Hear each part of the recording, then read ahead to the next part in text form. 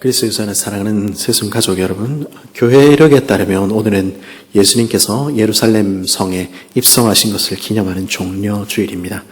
그리고 내일부터 한 주간을 우리는 고난 주간으로 보내게 됩니다. 우리는 고신교회지요, 그죠? 우리는 특징이 별거 아무것도 안 한다 하는 게 특징입니다.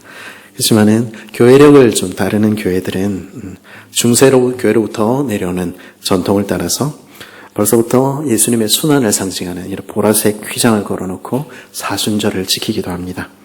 육체의 즐거움을 피하고 경건하게 그 시간들을 보내는 것이죠. 특별히 부활절 전 마지막 주간, 고난 주간에는 금식도 하면서 그렇게 지내기도 합니다. 그래서 저도 오늘은 보라색 넥타이를 한번 해봤습니다. 예수님의 순환을 여러분들은 어떻게 맞이하고 계십니까? 제가 신대원 단일 무렵에 우리 교수님들 마음에 갑자기 하나님께 주셨는지 본인들 생각인지 모르겠지만 하여튼 감동이 생기고 소원이 생겼습니다. 고난주간을 좀 더 의미 있게 경건하게 보냈으면 좋겠다 하는 소원이었습니다. 거기까지는 좋았는데 내리신 결론이 이상했습니다.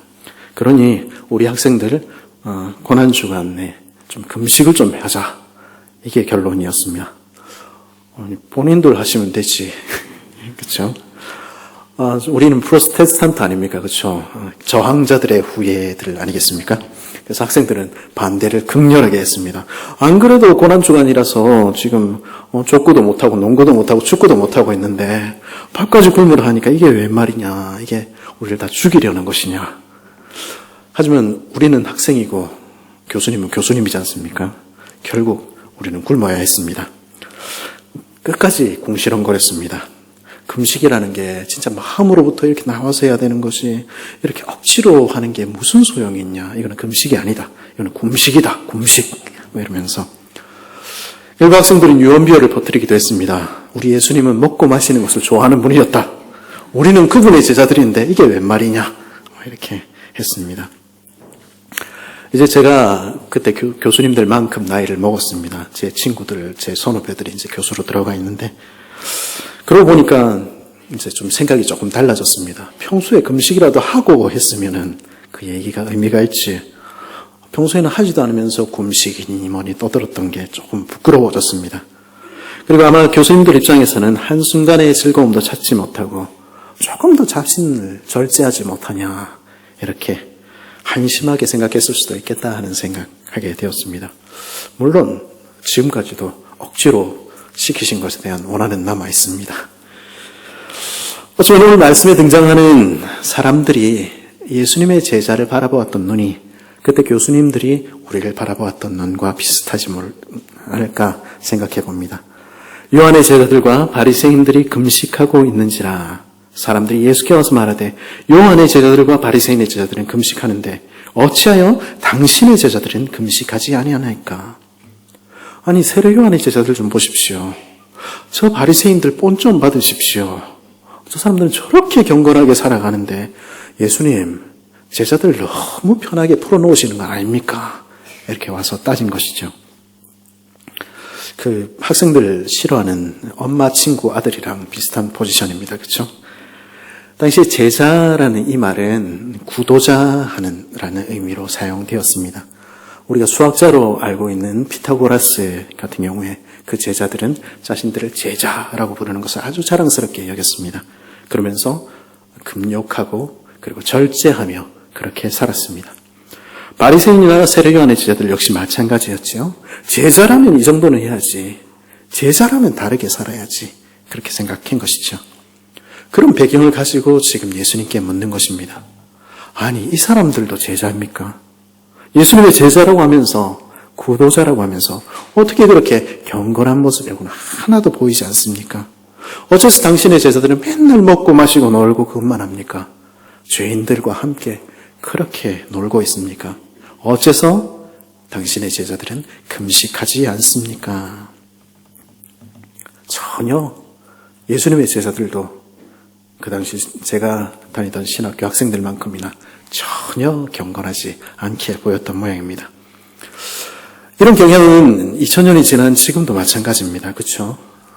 목사라면 조금 말라줘야 이게 경건하게 보이는 것입니다. 저처럼 배도 좀 나오고 이러면은 저 사람은 자기 절제도 못하는구나, 이게 경건하지 못하구나, 이렇게 속으로 생각할지도 모르겠습니다. 그래서 제 아내는 날마다 뱃살을 없애야 된다, 당신 뱃살 좀 없애야 된다, 이렇게 이야기를 합니다. 오늘날 만일 여러분에게 누가 와서 하나님을 제대로 믿는 사람, 경건한 사람이 누구입니까? 묻는다면 여러분은 뭐라고 대답하시겠습니까? 성경을 잘 아는 사람? 교회 봉사를 잘하는 사람? 아니면 헌금을 잘 내는 사람? 아마도 여러분들이 이런저런 말로 경건의 증거들을 이야기할 수 있을 것입니다. 그런데 예수님 당시에 누군가를 붙잡고 누가 진짜 경건한 사람이겠습니까? 물었다면 많은 사람들은 아마 이구동성으로 이렇게 말했을 것입니다.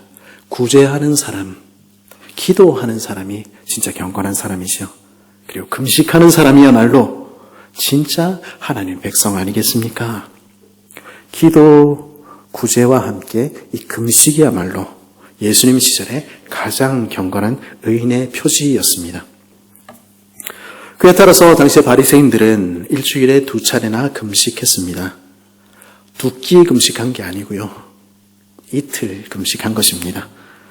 무슬림들이 그러듯이 하루에 3차례 경건하게 성전을 바라보며 기도하며 할 수 있는 대로 구제하며 그렇게 살았습니다.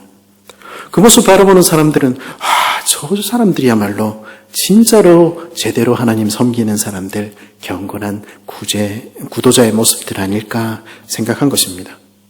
그러니까 그런 모습 눈 씻고 찾아봐도 없는 것 같은 예수님의 제자들 보면서 혀를 찬 것이죠.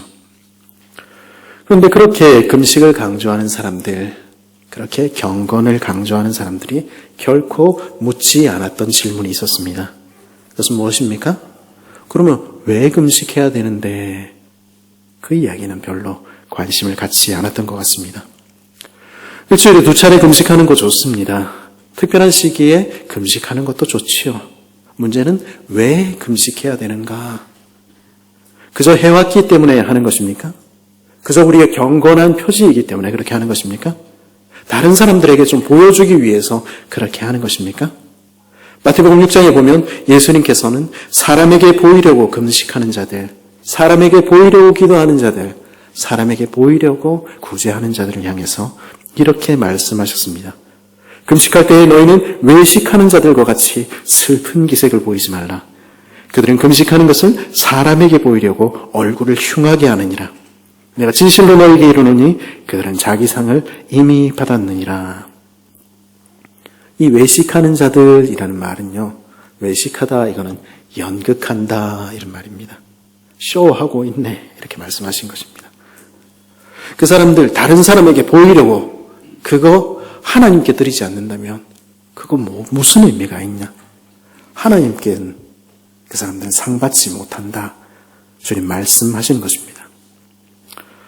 혹시 오해하실까 봐 말씀드리는데요, 예수님께서 지금 금식하지 말라고 하시는 말씀이 아닙니다. 금식할 때는 어떻게 해야 되겠니?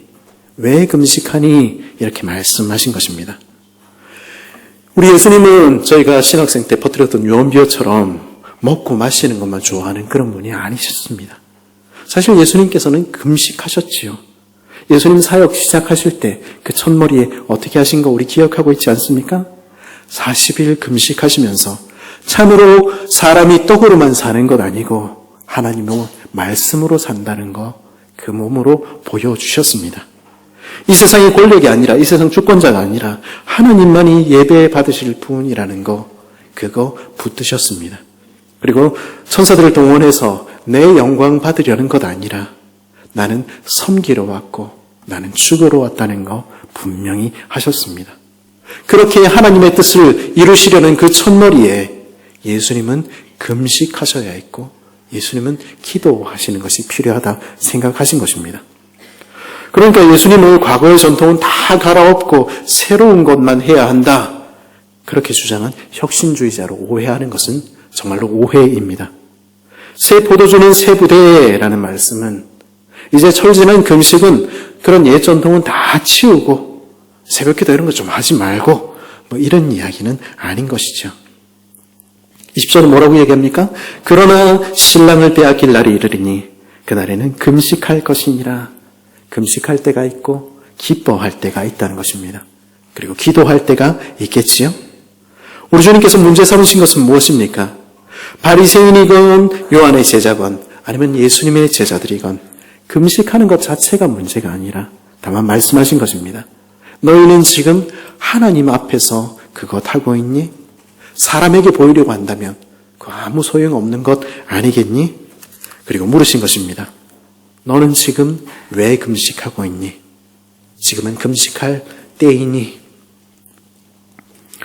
원래 금식은요, 죽음과 관련된 행위입니다. 곡기를 끊는 것 아닙니까? 그리고 깊은 슬픔을 표현하는 것이죠. 이스라엘 사람들은 가장 깊은 순간에, 깊은 슬픔의 순간에 베옷을 입고 죄를 뒤집어 쓰고 통곡하며 그리고 금식했습니다. 우리 다윗 기억하지요? 자기 사랑하는 친구 요나단 잃었을 때, 그리고 자기의 사랑하는 아들들이 하나하나 자기 앞에서 죽어갔을 때 다윗은 먹기를 거절하고 애통하며 그리고 금식했습니다. 근데 이 구약의 성도들은요, 내가 사랑하는 사람들, 내 형제자매나 내 부모님이 돌아가셨을 때만 그렇게 금식한 것이 아니었습니다. 사무엘은요, 여호사밧은요, 에스더는요, 믿음의 사람들은요, 국가의 재난이, 멸망의 그림자가 그들 앞에 다가왔을 때 하나님 앞에서 통곡하며 베옷을 입고 죄를 무릅쓰고 금식했습니다. 그리고는 기도했지요. 하나님, 우리는 죽은 자와 같습니다. 우리는 죽은 인생입니다. 우리에게는 아무 소망이 없습니다. 하나님 외에는 우리에게 아무 방법도 남지 않았사오니 하나님만이 우리 소망 되시오니 주님 불쌍히 여겨 주시옵소서. 그들은 그렇게 기도한 것입니다. 그래서 과거에 우리 신앙의 선배들은 내게 더 이상 아무 방법이 남지 않았다 생각했을 때, 그것 발견했을 때 어떻게 했습니까? 금식하고 기도하러 올라갔습니다. 이게 사람과 씨름해서 될 문제가 아니고 하나님과 씨름해야 될 문제야. 그거 발견했을 때 기도원에 들어갔습니다. 그래서 일주일도 좋고 보름도 좋고 어떤 분들은 40일씩 그렇게 금식하며 하나님께 매어 달린 것입니다. 그런 분들에게 금식이 자랑거리였겠습니까? 내가 40일 금식했는데 말이야. 그거는 다른 이야기인 것이죠. 그런데요, 어쩌면 우리가 정말로 금식해야 할 순간은, 기도해야 할 순간은 따로 있지 않을까 하는 생각하게 됩니다. 지금 저 사람은 멀쩡히 살아있는 것 같은데, 저 사람은 부유하고 모든 것이 잘 나가는 것 같은데, 그러나 저 사람은 하나님을 떠나 있지. 저 사람은 죽은 사람이구나. 그 사실이 우리 마음에 사무쳐올 때 우리는 금식하며 기도하게 되지 않겠습니까? 구약의 선지자들은요, 교회가 영적으로 죽은 그 일을 인하여, 그리고 나라가 영적으로 죽은 그 일을 인하여 먹기를 거절하고 애통하며 기도했습니다. 이 땅의 성전은 화려하고 크지만, 금식이니 제사니 하는 것들은 날마다 풍성하게 드려지고 있지만, 영적으로는 그렇게 경건하지만, 이 땅의 나라는 부강하고 경제적 풍요를 누리지만, 그러나 가난한 이들, 목마른 이들 돌아볼 줄 모르고, 그리고 정의를 시행할 줄 모르는 나라를 보면서 선지자들은 무서운 하나님의 심판의 칼날이 그 목에 들이운 것을 발견했던 것입니다. 선지자들은 고아들의 아버지, 과부들의 남편, 약한 자들의 보호자께서 이 모습을 보면서 결코 용서하시지 않으실 것이라는 사실에 몸서리 쳤던 것입니다. 하나님 바라시는 참된 금식은 그런 것이 아니라는 것을 깨달은 이들은 이렇게 기도한 것입니다. 이 죽은 것 같은 나라에, 이 영적으로 죽은 이 백성에게 하나님 제발 부활을 허락하여 주옵소서. 다시 우리 교회에 살게 하여 주시고, 다시 이 나라를 살게 하여 주시고 생명을 부어 주옵소서. 주님의 성령으로 우리 속사람을 새롭게 하여 주시고, 그리하여 이 땅이 회복되게 하시며 잃어버린 주의 백성들이 땅끝으로부터 돌아오는 그날, 주님의 나라가 이 땅에 임하는 그날을 우리에게 허락하여 주시옵소서. 그것이 그들이 드렸던 기도였습니다. 오늘 우리는 무엇을 위하여 기도하고 있습니까?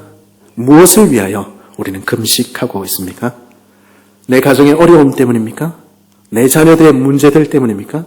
물론 그것들 위하여 금식하며 기도해야 합니다. 그러나 우리는 그것뿐 아니라 그들의 영적인 상태가 어떠한지 우리 눈은 보고 있습니까? 이 교회와 이 나라의 영적인 죽음을 애통하는 심령이 우리에게 있습니까?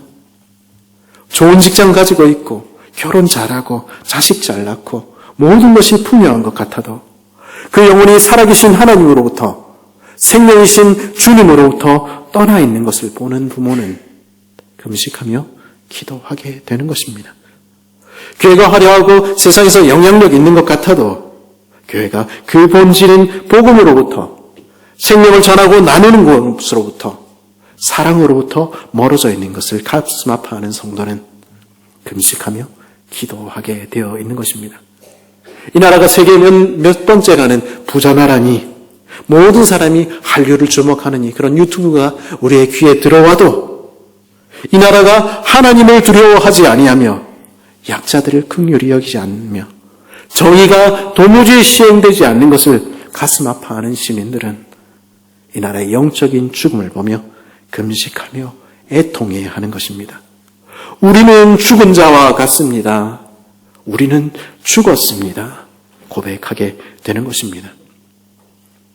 그렇게 기도하는 사람들은 다른 사람들 쳐다볼 수 없는 것입니다. 왜 일주일에 2차례나 금식하지 않느냐? 왜 내게는 경건의 표시가 없느냐? 이렇게 해야 되지 않느냐? 저렇게 해야 되지 않느냐? 물을 수 있습니까? 그럴 수 없는 것입니다. 우리는 왜 금식하고 있습니까? 구약 성경이 특별히 금식을 명령하는 때가 있습니다. 그것은 언제입니까? 대속죄일입니다. 레위 16장 29절 이하는 이렇게 말합니다. 너희는 영원히 이 규례를 지킬지니라. 7째 달 곧 그 달 10일에 너희는 스스로 괴롭게 하고 아무 일도 하지 말되 본토인이든지 너희 중에 거류하는 거류민이든지 그리하라. 이날에 너희를 위하여 속죄하여 너희를 정결하게 하리니 너희의 모든 죄에서 너희가 여호와 앞에 정결하리라. 이는 너희에게 안식일 중에 안식일인즉 너희는 스스로 괴롭게 할지니 영원히 지킬 규례라. 여기서 스스로 괴롭게 한다 하는 이 명령을 사람들은 금식하며 죄를 무릅쓰고 그렇게 기도하는 것으로 지켜온 것입니다. 심지어 레위기 23장 29절은 이렇게까지 말합니다. 우리 레위기 23장 29절 같이 한번 읽어볼까요? 시작.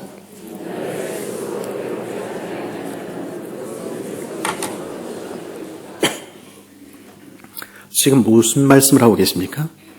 이 대속죄일에 금식하지 않는 사람은, 그날에 스스로를 괴롭게 하지 않는 사람은 하나님의 백성 중에서 끊어지리라. 하나님의 백성이 아니다 하는 것입니다. 왜 그렇게까지 말씀하십니까? 우리의 죄가 속하여지는 대속죄일의 은혜는, 그 은혜는 자신의 죄를 기억하는 것으로부터만, 자신의 죄를 깊이 애통하는 것으로부터만 시작하기 때문입니다.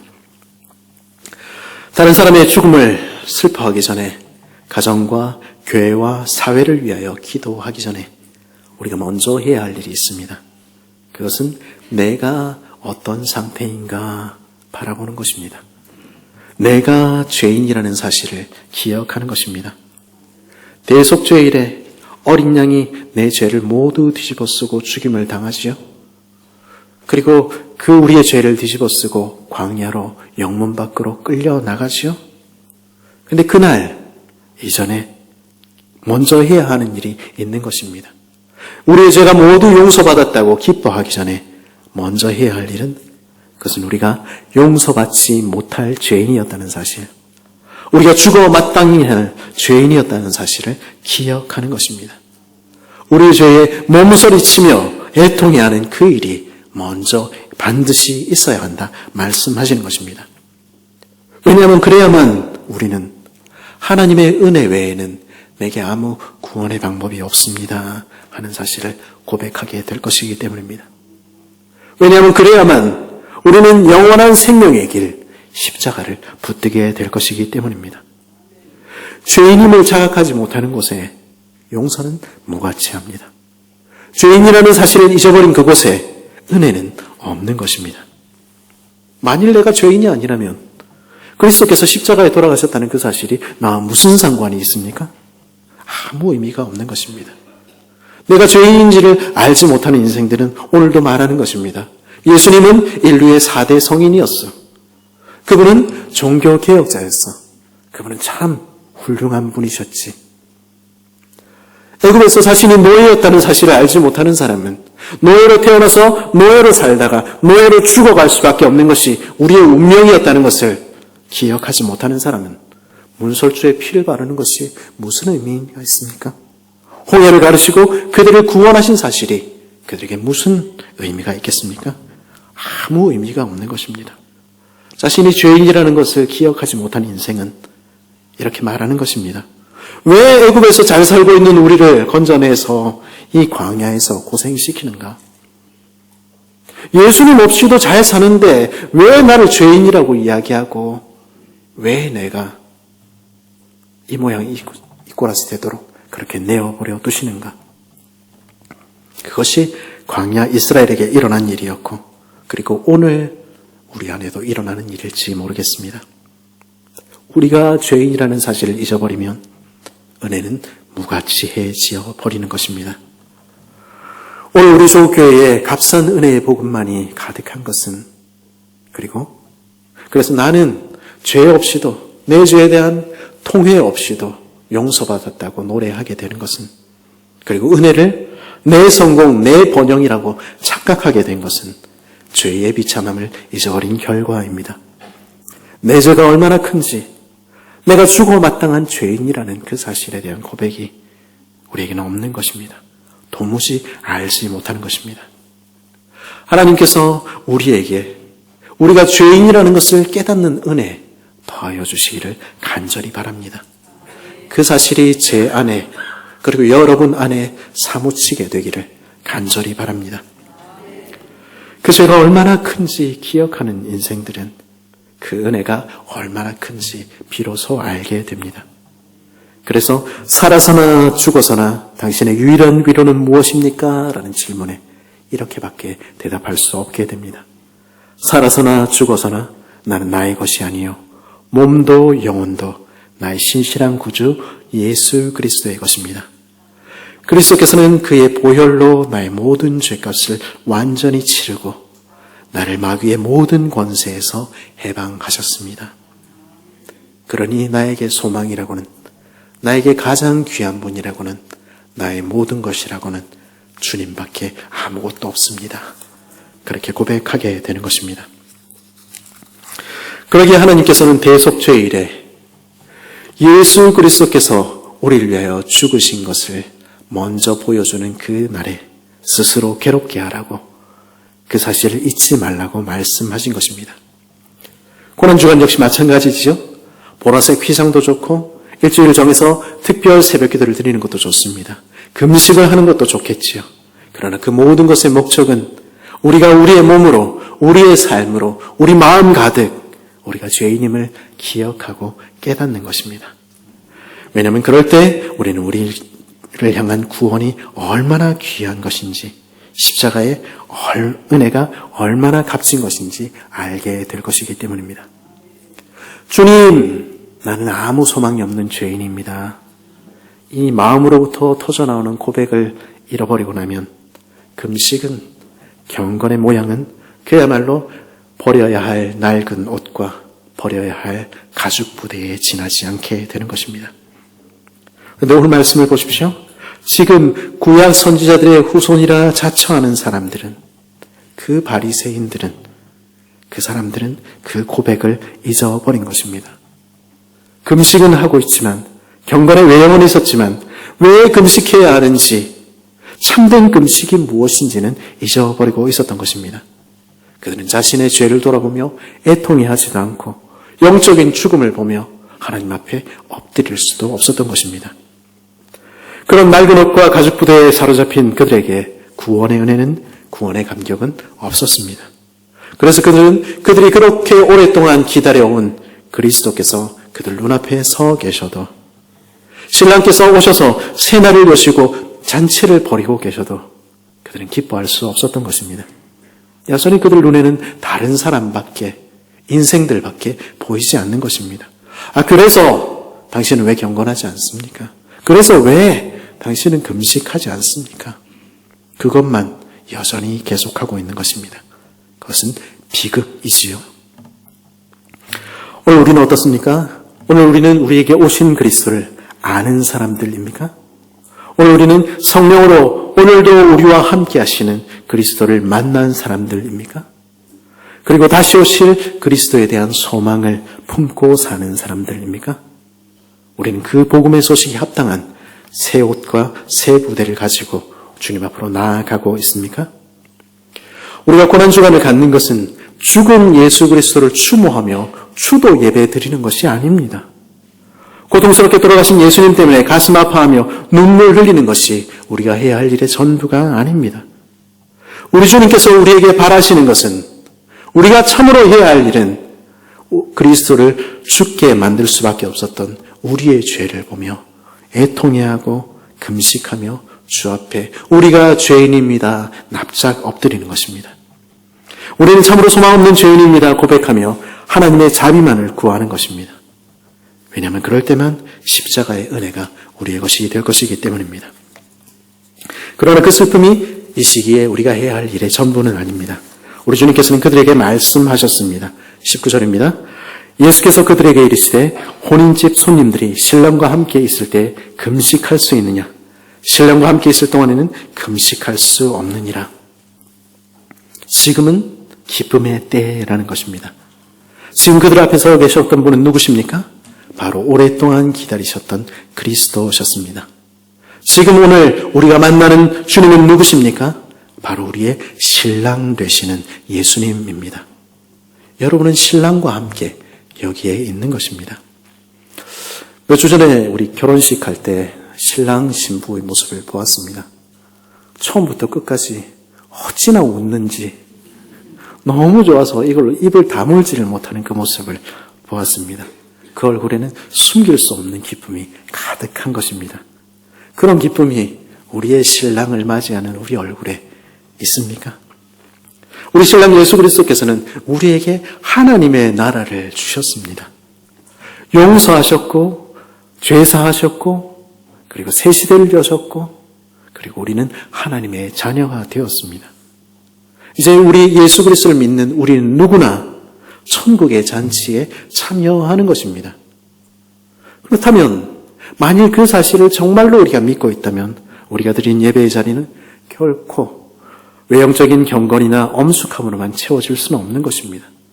왜냐하면 우리에게는 제 대신 화관을 씌워주신 분, 애통 대신에 기쁨을 채워주신 분, 금식 대신에 빵과 포도주의 풍성함으로 가득한 천국 잔치로 초대하신 분이 계시기 때문입니다. 그 사실을 진짜로 믿는 사람들은 베옷을 벗고 예복을 입고 신랑을 맞이하는 것입니다. 기쁨의 춤을 추며 찬양하게 되는 것이죠. 가만 생각해보면 이번 주에 생각해보니까 예전에는 참 교회에서 춤을 많이 췄던 것 같아요. 그렇죠? 지금 생각해보면 좀 이상하긴 한데 왼발을 앞에 놓고 왼발을 뒤에 놓고 호키포키 이러면서 그 포크 댄스를 왜 교회에서 했는지 그거 잘 모르겠습니다. 그것만 아니고요. 우리 손을 높이 들고 주를 찬양하면서 생명 있음을, 생명 주셨음을 인해서 그렇게 찬양하고 율동하지 않았습니까? 남녀노소 가리지 않지 않았습니까? 그런데 그런 기쁨의 몸짓이 어느 순간에서부터인가 우리에게는 사라지고 있는 것이죠. 아이돌 시대가 됐기 때문입니까? 아이돌 음악은 특징이 따라 부르라고 하는 게 아닙니다. 그렇죠?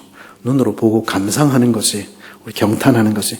근데 요즘은 CCM 음악도 찬양도 마찬가지가 되어가는 것 같습니다.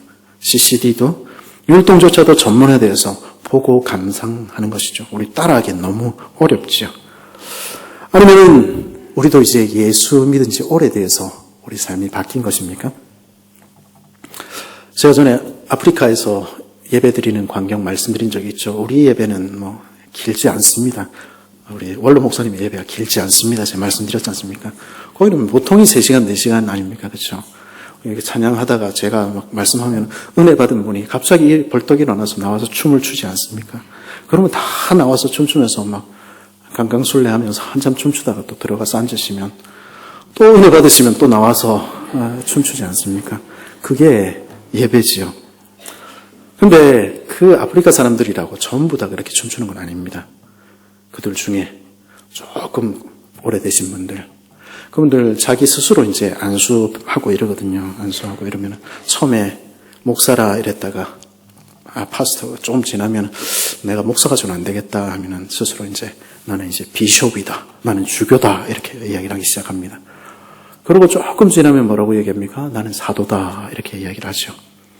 그런 사도들은 절대 춤추지 않습니다. 그런 주교들은 딱 찬양하는데 이러고 앉아 있는 것이죠.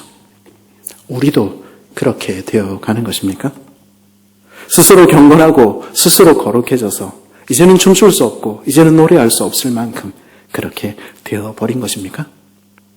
구원의 감격을 참으로 맛본 사람들은 서툰 몸짓으로도 춤추지 않을 수 없고 음치박치라도 찬양하지 않을 수 없는 것입니다. 내가 받은 구원이 어떤 것인지 기억하는 사람은 그렇게 노래하게 되고요. 잃어버린 영혼들이 주께 돌아오는 것을 기뻐하는 사람들은, 나라의 회복을 위하여 금식하고 기도한 사람들은 죄인들이 돌아오는 것 인하여 함께 기뻐하고 즐거워하지 않을 수 없는 것입니다. 우리 가운데 새 가족들이 나타났을 때 더없이 기쁜 얼굴로, 더없이 반가운 얼굴로 환영하며 인사하며 얼싸안는 것입니다. 언제 봤다고, 그렇죠? 언제 봤다고. 그래도 우리는 가족이지 않습니까? 좋아서 그렇게 어쩔 줄 모르는 것이 천국의 기쁨이 무엇인지 참으로 아는 사람들의 백성의 모습인 것이죠. 그리고 먼저 구원받은 하나님의 백성들은 아직 돌아오지 않은 이들을 기억하며 기도합니다. 주의 잃어버린 백성들 주께 돌아오기를 기다리며 주님 오셔서 땅끝으로부터 자기 백성을 모아들이실 그날에 내 사랑하는 이의 얼굴이, 내 사랑하는 지체들의 얼굴이 있기를 기대하며 대망하며 금식하며 기도합니다. 지금 영적으로 죽은 이 땅에 하나님의 뜻이 이루어지도록 참으로 모두가 활짝 웃을 수 있는 나라가 이 땅 가운데 임하도록 금식하며 기도하는 것입니다. 어쩌면 고난주간에 한 끼 금식해서 그 식비를 모아서 내 이웃을 위하여 사용할 수도 있을 것입니다.